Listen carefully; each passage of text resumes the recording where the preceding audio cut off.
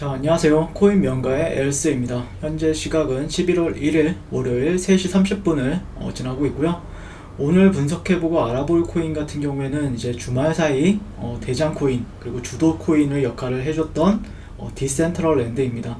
자, 아래에 링크로 코인에 대한 정보를 신청하신 분들은 전부 VVIP반에 입장시켜 드리고 있고요. 신청하셔서 급등할 수 있는 코인과 또 그에 대한 디테일한 분석을 통한 트레이딩 전략으로 돈도 벌어가시면 좋겠습니다. 자, 구독, 좋아요 눌러주시면 감사드리고요. 자, 페이스북이 지금 현재 가장 큰 이슈가 되고 있는 거는요. 페이스북이 회사의 이름을 메타로 변경한 가운데 이제 주말에 코인러들에게 폭등을 선사해준 코인이죠. 그래서 메타버스 플랫폼 기반의 디센트럴랜드 마나가 일주일 사이 300%가 올랐다라고 이제 나오고 있죠. 올해 들어서는 3000% 이상의 폭등을 보여주고 있다라고 합니다. 자, 이런 부분이 이제 국내에서도 많이 알려졌었고요. 어제 같은 경우에는 이제 거래 대금이 7조에서 8조 정도 터지면서 업비트와 바이낸스에서 주도하는 모습을 보여주었습니다. 그래서 이 기업의 시가총액이 제가 기억했을 때 토요일에 한 3, 4조 정도 이제 형성이 되었었는데, 업비트에서만 이 정도 거래 대금이 터졌다는 건 제가 보는 관점에서는 대한민국 코인러들은 모두 이 코인만 주목했다라고 판단을 하고 있습니다. 사실 저 같은 경우에도 이 코인에 대해서 금요일에 관심을 가지고 있었고요. 그 관심에는 이제 미국의 빅테크이고 대표적인 플랫폼 기업인 페이스북이 한몫을 했고, 그 다음에 충분히 파급력이 있는 재료라고 판단을 하였습니다. 자, 이어서 알아보겠습니다. 디센트럴랜드는 NFT를 적용한 블록체인 기반의 가상 부동산 거래 메타버스다. 그래서 이용자는 가상화폐를 통해 게임 내의 땅인 랜드를 사고 팔 수 있고, 각종 부동산 거래를 통해 얻은 수익을 직접 가져갈 수도 있다. 이를 두고 베리 실버트 그레이스케일 창업자는 탈중앙화 메타버스에서 땅을 사고 싶다면 디센트럴랜드에서 시작해야 된다며 지난 30일 디센트럴랜드에 대한 긍정적인 전망을 내놓은 바 있다. 이런 식으로 얘기를 하고 있죠. 자, 그래서 다른 언론사들을 보면 이제 대놓고 펌핑한다는 얘기도 많이 들리더라고요.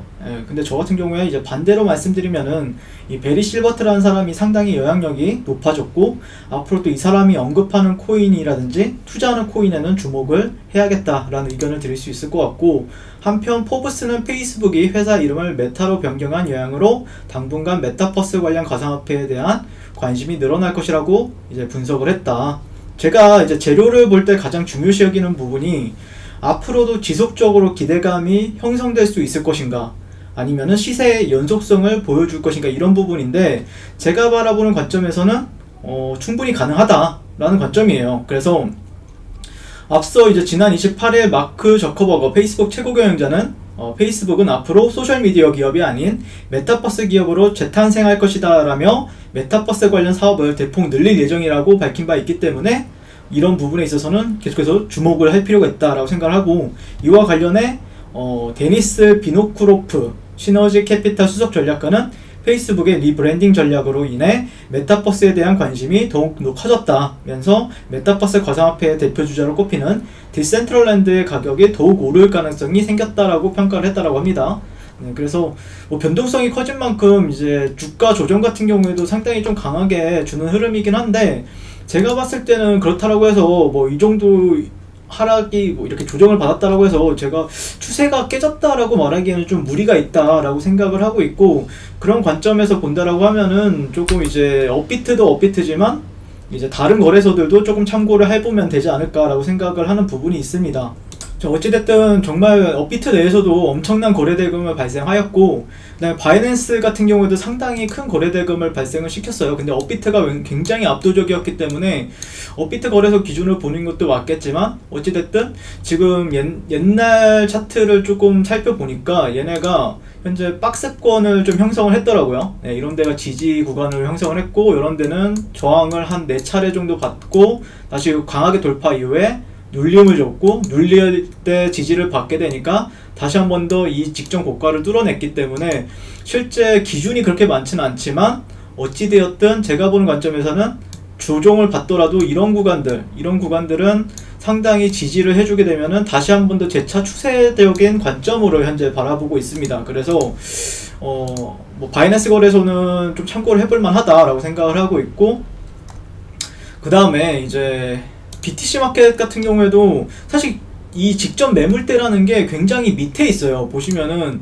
좀 주가가 형성이 되던 저항대라든지 이런 게 좀 밑에 있는 모습을 볼 수가 있는데, 이 꼬리 부분도 절대 무시할 수는 없다라고 생각을 하는 부분이 있습니다. 이 꼬리 부분들이요. 네, 그래서 얘네들이 시세가 강하게 나왔기 때문에 이런 데서 만약에 얘네들가 조금 빠지지 않고 횡보를 해준다라고 하면은 오히려 위로 올라가는데 베팅하는 투자자들도 상당히 많아질 수 있다라는 부분들, 네, 참고하시면 좋을 것 같고, 보통 이제 주가가 정말 강한 추세를 보여준다라고 하면은 보통 이제 피보나치 레벨을 많이들 사용하기도 해요. 해외 트레이더들 같은 경우에는. 그래서 보통 이제 이 직전 저가 여기죠. 여기 이 구간이랑 이 구간을 봤을 때 38점이나 아니면은 0.5하고 0.618 사이를 상당히 이런 데를 좀 지지라인으로서 좀 판단하면서 매수 거래를 참여하거든요. 실제 얘네들의 차트를 뭐 4시간 봉으로 본다라고 했을 때는 이 거래 대금이 어디서 가장 많이 터졌는가 봤더니 여기 보시면은 여기죠. 여기 이봉이죠. 이봉. 그러니까 제가 볼 때는 가장 좋은 매수점은 한 이런 구간들 있죠. 종가 4시간 봉 이상 종가가 형성이 됐던 가격대들, 그 다음에 이런 구간들인데, 이런 데서는 이제 뭐 시간이 지나면 지날수록 얘네들은 이제 올라올 거잖아요. 이런 식으로 올라올 거고, 아마 이런 데서 4시간 봉상에서 뭐 상승 장악형 캔들이라든지 아니면 꼬리가 길게 달리는 캔들이 나온다라고 하면은 갑자기 추세에 있어서 사람들이 이제 반전 거래를 시도할 가능성이 상당히 높아 보인다. 이 거래 대금이 많이 터졌던 부분들을 기준으로 해서 매수세가 발생할 확률이 상당히 높기 때문에 이런 가격대들을 이제 업비트 기준으로 했을 때는 2,830원, 2,830원에서 뭐 2,000원대인데, 제가 보는 관점에서는 2,000원, 2,800원대, 네, 2,800원대나 아니면은 일봉상 여기서 많이 터졌으니까 3,000원에서 2,800원 사이에서는 한번 주목을 해볼 것 같습니다. 네. 상당히 거래 대금도 많고 좀 나름대로 의미 있는 자리라고 판단하고 할 수 있는 자리이기 때문에 그런 관점에서 계속해서 지금 매수세도 절대 약하지는 않거든요. 네, 그런 관점에서 본다라고 하면은 충분히 또 괜찮은 추종 매매를 한다라고 하면은 충분히 이제 메리트가 있는 코인이 될 수 있다라고 생각을 합니다. 네, 일단 재료도 좋고 그 다음에 추세도 좋고 차트 관점에서도 상당히 괜찮기 때문에 저는 충분히 공략을 해볼 만한 코인이 될 수 있지 않을까 라고 의견 드리면서 오늘 방송을 마치도록 할게요. 감사합니다.